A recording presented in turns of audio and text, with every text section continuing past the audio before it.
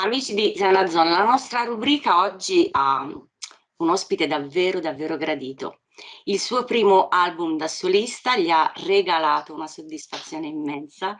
Se poi prima di questo obiettivo raggiunto alle spalle c'è anche una carriera notevole, beh, direi insomma che ho di fronte a me un personaggio che renderà questa intervista molto interessante. Tra l'altro è seduto al pianoforte, spero anche che ci faccia ascoltare qualcosa. Buongiorno e grazie di essere qui con me.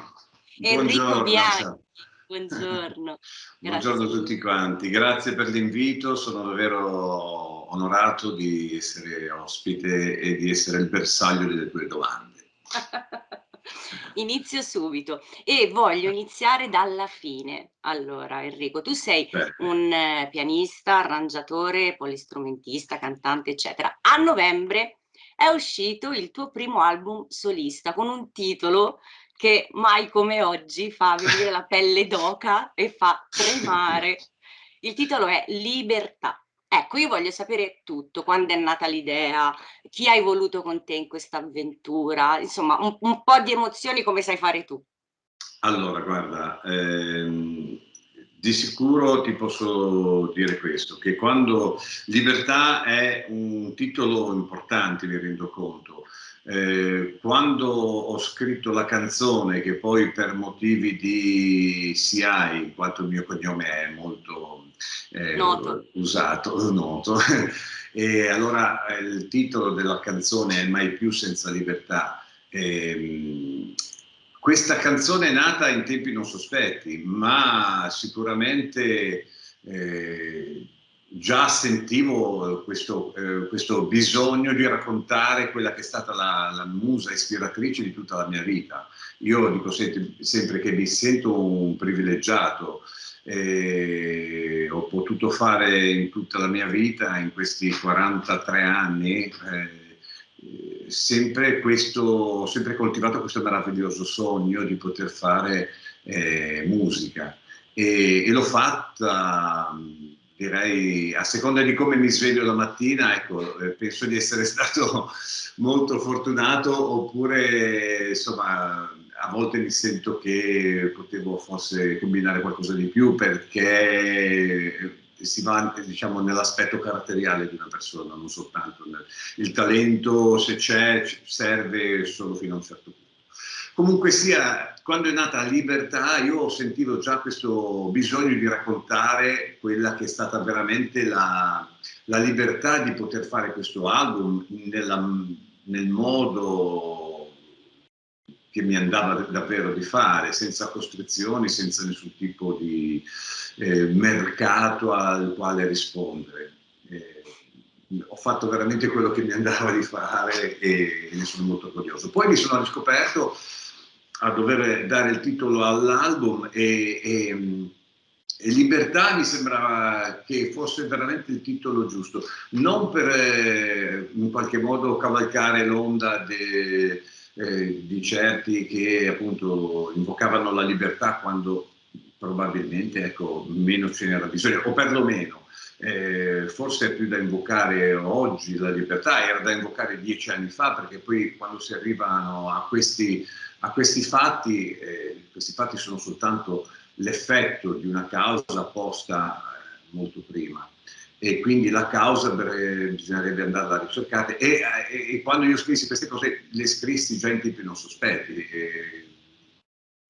Diciamo che mi piaceva avere come dire, la possibilità di raccontare che il bene più prezioso è davvero la libertà di poter parlare, dire anche noi in questo momento quello che ci pare, nel rispetto degli altri, nel rispetto del buon senso e della buona educazione. Mi interessano due brani in maniera particolare, cioè uno mi interessa a me, che poi è il singolo e è Mai più senza libertà, e ne facciamo poi sentire un pezzettino. Questo brano, Mai più senza libertà, è proprio la punta di diamante dell'album. C'è tutta l'essenza del tuo album all'interno di questo brano. Sì, diciamo che è una parte.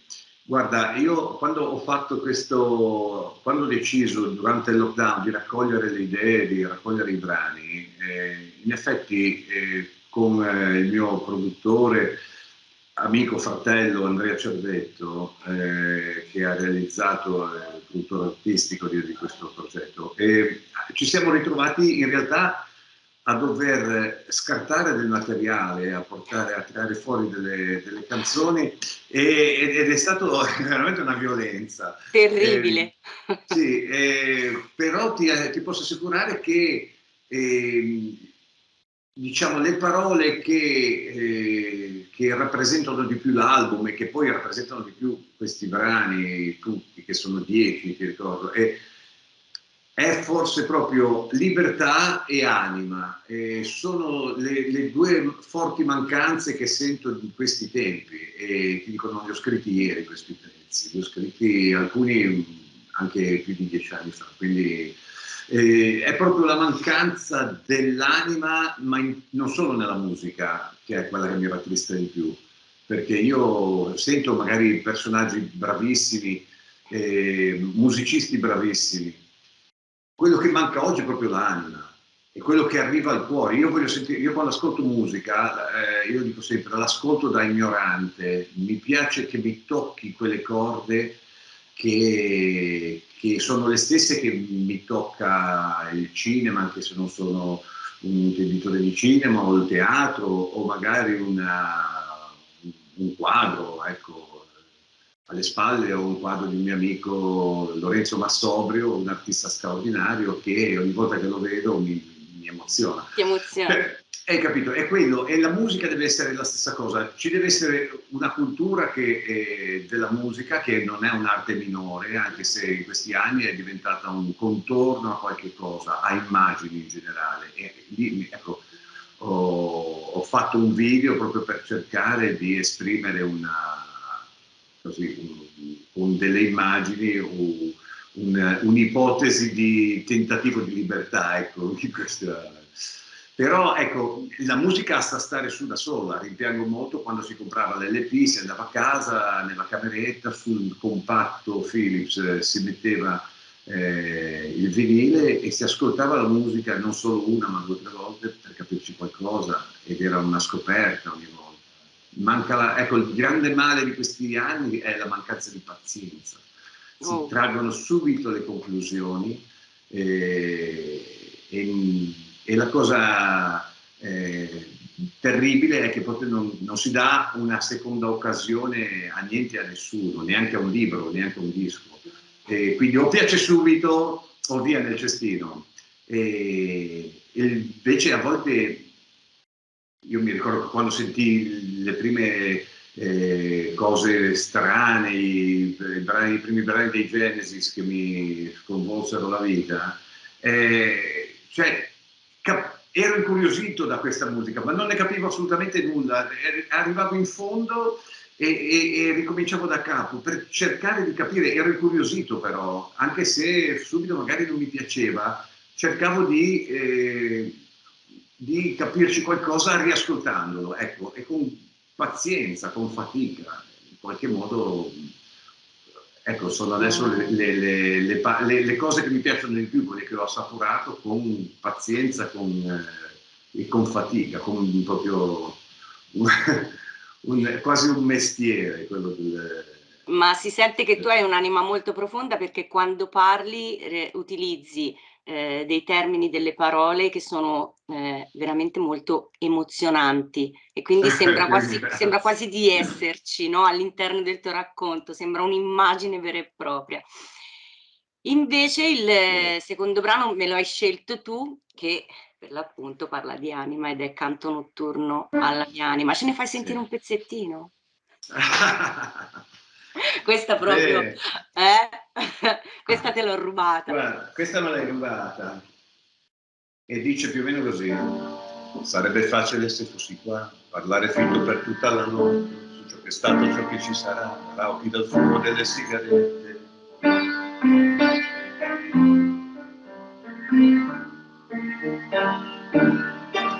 Sarebbe facile se fossi tu ad indicarmi strade dove andare quando è il momento per dire di no, e quali carte giuste da giocare. Sarei più forte se non fossi qui, non mi confonderei tra il bene e il male, la stella guida per i viaggi miei, la voce dentro che mi apre il cuore. ma da tempo non ti vedo più, ma forse non ti cerco. Siamo piccole fiammelle contro il vento, grande genio e poca spiritualità, troppo presuntuosi per volerti accanto, e scomoda la compagnia di quest'anima la mia. E questo è un piccolo assaggio con la voce di mattina. Mattiniera. Hai citato prima Andrea, che hai voluto Sì. con te nell'album. Raccontaci un po' anche delle collaborazioni che hai voluto all'interno del tuo album. Ma guarda, la cosa bella è che allora, io e Andrea ci conosciamo da bambini e abbiamo condiviso posti, luoghi, persone in tanti anni di amicizia vera e fraterna. Come dice lui, se mi succede qualcosa in qualsiasi parte del mondo, il primo numero che faccio probabilmente è proprio il suo. E a parte questo, comunque, poi c'è una grande professionalità da parte sua. Lui ha fatto un percorso incredibile come chitarrista, come produttore, e tutto questo poi alla fine ci ha visto di nuovo ritornare insieme, trovarci in gruppi, perché poi io quando uscì dai Gens, che era appunto un gruppo nel quale feci parte, mi trovai con lui con un'altra formazione straordinaria basata sulla vocalità, si chiama Extra, e vedeva appunto noi con Bernardo Lanzetti, voce da PFM, Panico Motti, insomma è una band che ha diviso, insomma, con la quale ho diviso la mia vita per 10 anni circa. E con Andrea ci siamo, prima che poi lui entrasse nel mito di Trolls, abbiamo fatto tanti anni di tour insieme. E quindi niente, Andrea è stato sicuramente è la persona più giusta che potesse interpretare l'anima di questi brani e dargli una forma con un suono che io volevo non da cantautore ma da gruppo. E questo era veramente un mio desiderio, volevo proprio che ci fosse un suono importante. Allora invitai sicuramente a fare le batterie un altro fratello musicista, lui è Alfredo Vandresi, grande batterista, poderoso, e comunque anche lui ha portato un suo modo di suonare la batteria così a volte essenziale, ma così tenace, forte, un sound stupendo. E questo diciamo sono i pilastri, e sono i pilastri anche di quello che porteremo in giro quest'estate. Mi auguro che poi Andrea è pieno di impegni, ma stiamo costruendo una band veramente di tutto rispetto. C'è anche un grande ospite, ora non ti dico nulla, ma spero che insomma ci sarà occasione per poi aggiornare. E vogliamo portare proprio con questa band in giro questi brani, perché appunto non è il classico album dove c'è un pezzo trainante e poi tutto il resto fuffa. Ecco, sono tutte canzoni che hanno una loro dignità, una loro storia, una loro forza, e quindi penso che se la gente ha voglia di andare in giro ancora e non chiudersi in casa penso di Skype, ecco, noi ci saremo magari in qualche piazza, in qualche location, mi auguro bella, a presentare questi brani. E niente, con Andrea abbiamo realizzato tutto questo proprio perché mi sembrava la persona più giusta per rivedere. Per assurdo sono tutti pezzi che hanno bisogno di molte corde, quindi molte chitarre, ci sono molte parti anche di buzuki, di mandolini, alcuni sound sono un po' vagamente irlandesi, lì intramballa un'altra figura, quella di Giulio Fortunato che ha suonato le ocarine, il Vibrandonium, una sorta di fisarmonica, insomma, Fabio Giorgi alla fisarmonica, insomma, tutti grandi amici, colleghi. Gran bei nomi. Sì, grandi. Ho detto all'inizio che questo album è arrivato dopo una gran bella carriera. Beh, Io sì. di fronte alla tua biografia, anche quando abbiam parlato al telefono, di fronte alla tua biografia ho capito che non c'era una cosa più importante di un'altra, perché sono tutte legate e anche assemblate quasi perfettamente. E anche qui ti lascio libero di raccontarti un po' a sentimento tuo. Ma guarda, in un minuto, Le allora, formazioni. sì, proprio, sai, il Bignami della vita Sì, in... anche perché è una biografia che è veramente immensa. Allora, parto da zero. 5 anni, i miei sono, mio padre lavorava, erano contadini, e mio padre poi entrò alla SIACI a Litasita, quindi assolutamente con la musica non c'entravano nulla, però io avevo una casa, abitavo in una casa per i fatti suoi, diciamo, in mezzo alla campagna a Sestri, sopra Sestri. E quindi questo permise a mio padre di ospitare. Allora, intanto a 5 anni volevo la batteria. Mia madre mi comprò una batteria a giocattolo, ma durò il tempo di forse una settimana, io non me la ricordo neanche. Guarda, ti interrompo un secondo, che durante questa chiacchierata voglio sapere, durante questo racconto, vorrei sapere anche che tipo di musica ascoltavi da piccolo. Prego. Beh, Ripartiamo dalla sì. batteria. Allora, anni 5 voglio la batteria, mi compro una batteria a giocattolo distrutta in una settimana, ritorno ai miei fustini del Dixan con le matite, quelle rosse da falegname come bacchette. La fortuna vuole che ho un fratello più grande e porta in casa dei dischi che neanche lui capisce ancora adesso, però erano fighi. Sei cattivo. E porta dentro, sì, no, non so come diavolo fece a portare quella musica in casa, perché comunque è tutto merito suo. Mio fratello ha 7 anni in più di me e quindi io bambino vedevo lui arrivare con, non so, The Dark Side of the Moon, Nursery Crime dei Genesis, era arrivato con questa musica che oggi si chiama prog, ai tempi la chiamavamo rock barocco, rock sinfonico, e io sentii queste cose e me ne innamorai, mi incuriosì molto questa musica e in qualche maniera sentivo di riflesso, ma poi la svolta più grande fu quando mio padre fece concesse a degli amici la cantina, avevamo una cantina meravigliosa sotto casa, enorme, dove anche con Andrea Cervetto suonai più di una volta. E in questa cantina, oltre ad esserci le botti e bottiglie di vino, e gli fece portare gli strumenti. E quindi vennero lì a portare gli strumenti, i primi impianti vecchissimi, una cosa che fa sorridere oggi. E però lasciarono lì la batteria. E quindi io cominciai con la batteria. Facevo i Finalmente. compiti, sì, facevo i compiti e scendevo giù, andavo giù e suonavo tutto il giorno. Pensavo Finché li non facessi sul rullante della batteria. Brava, ma praticamente sì.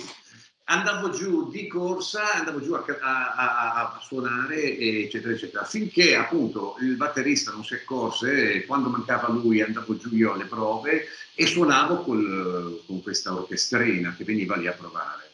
E provavano le canzoni, veramente i 100 successi sudamericani, cioè da Tequila capito, alle cose più a Fascination, alle canzoni, ai classici che si suonavano nelle balere a quei tempi, e anche forse non so adesso, non so più, però ai tempi erano il repertorio classico della balera.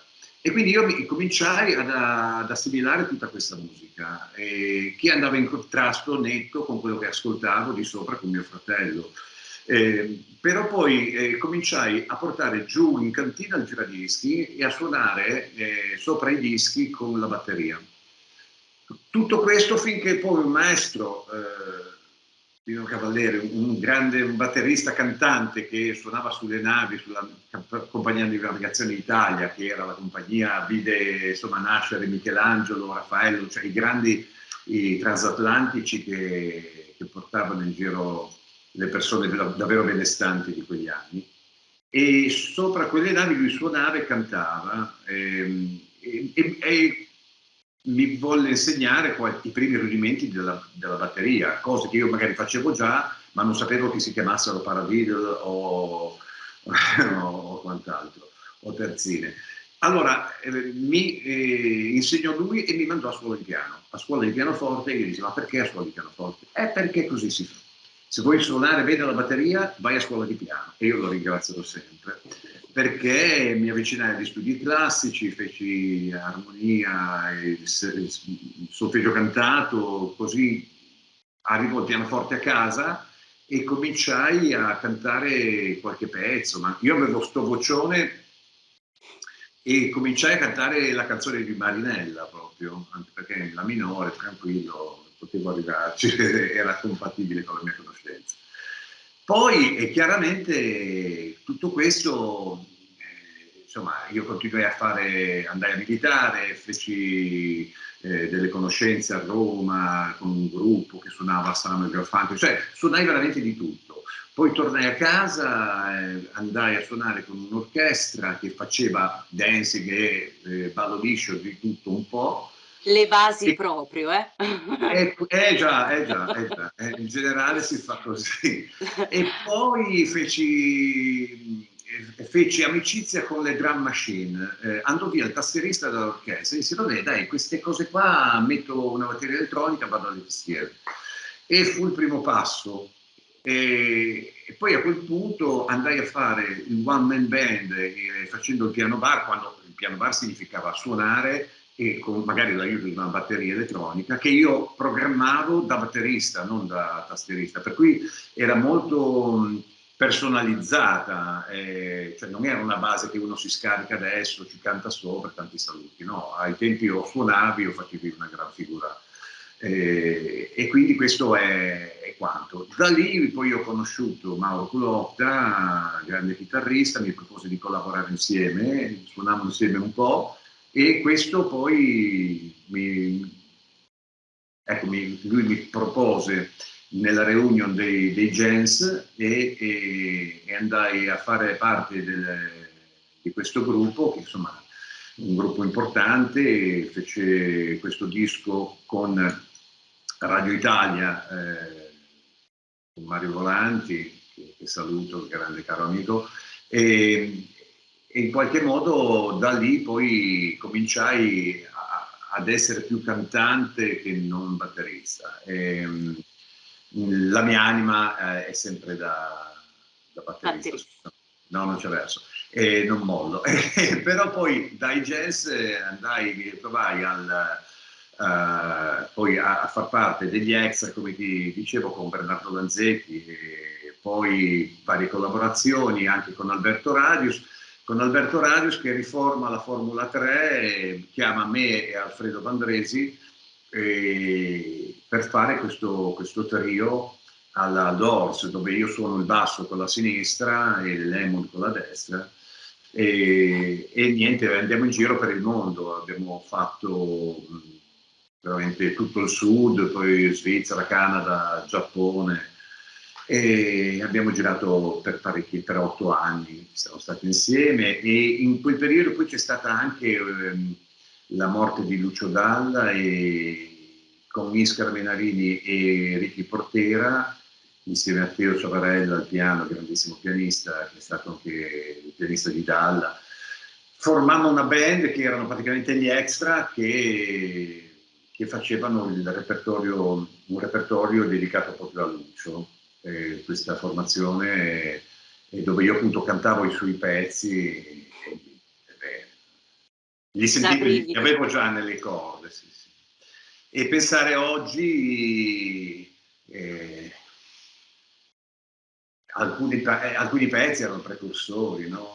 Tipo: se io fossi un angelo, chissà cosa farei, Questo Mamma mia!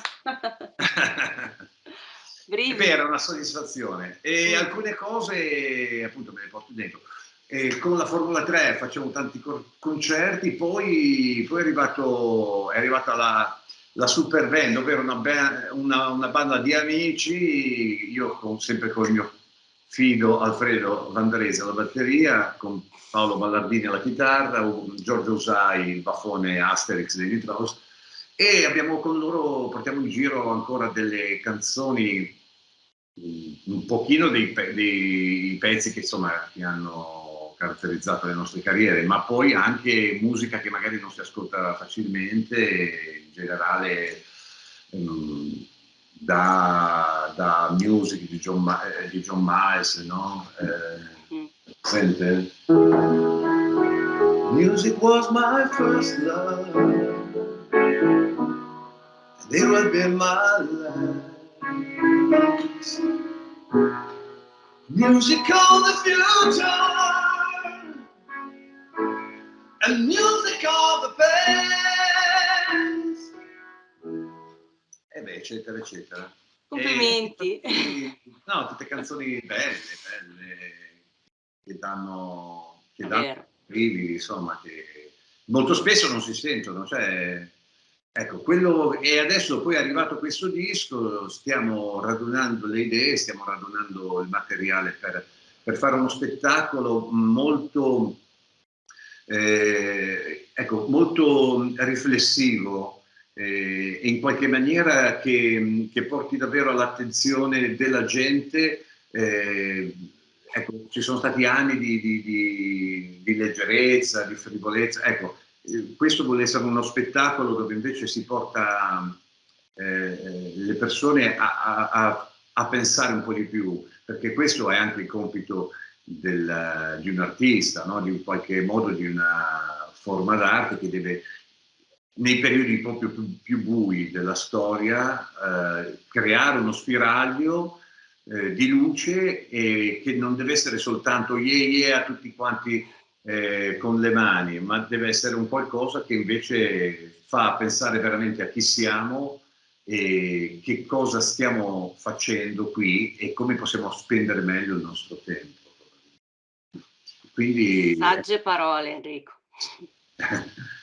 Cercheremo. Poi sagge parole. Allora Enrico, io ti faccio ovviamente i miei più grandi in bocca al lupo per il proseguimento di questa bellissima tua carriera, e spero di riuscire a venire ad ascoltarti. Grazie di essere stato con noi oggi, veramente, di cuore. Grazie a voi, e faccio un ultimo spot. Se riuscite a trovarlo da Feltrinelli su tutte le piattaforme, su Amazon da Mondadori, è un pezzetto di vita, e se avete voglia ascoltatevelo. Si chiama Libertà. Io sono Enrico Bianchi e io ringrazio te davvero per questa opportunità che mi hai dato di potermi raccontare, di potermi così, di poter far capire che cosa troveranno dentro. Grazie mille davvero, a presto. Nelle mie poesie eri un sogno che rincorrevo da bambino, nella vita mia, dentro l'anima, sei arrivata per portarmi